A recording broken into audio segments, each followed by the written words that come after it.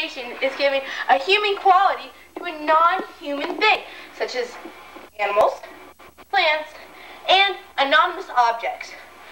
I will show you some examples of these. Come on, let's go.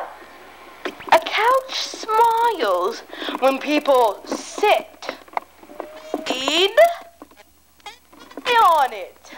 This is an example of personification because a couch can't really smile. That is a human quality that you give to the couch. Now, on to our next example of personification. The camera loves me. This is an example of personification because a camera can't really love anyone. That's a human quality. But of course, you could be very photogenic. Now on to our next example of personification. Opportunity came knocking at the door. Here's an example of personification because, well, opportunity really isn't a thing. And it can't knock on your door or talk to you. Now on to our next example of personification. My computer hates me. This is an example of personification because a computer is an electronic and it can't really hate you, but even though it seems like it sometimes when you get done with a really big project and then it just deletes it all without a trace.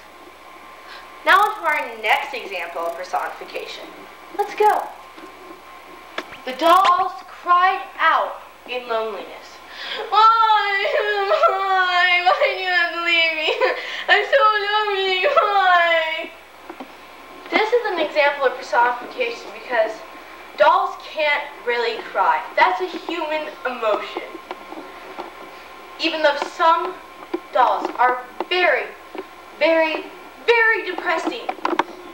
And now on to our next example of personification. This is our final example of personification. Let us go. Stars danced across the road.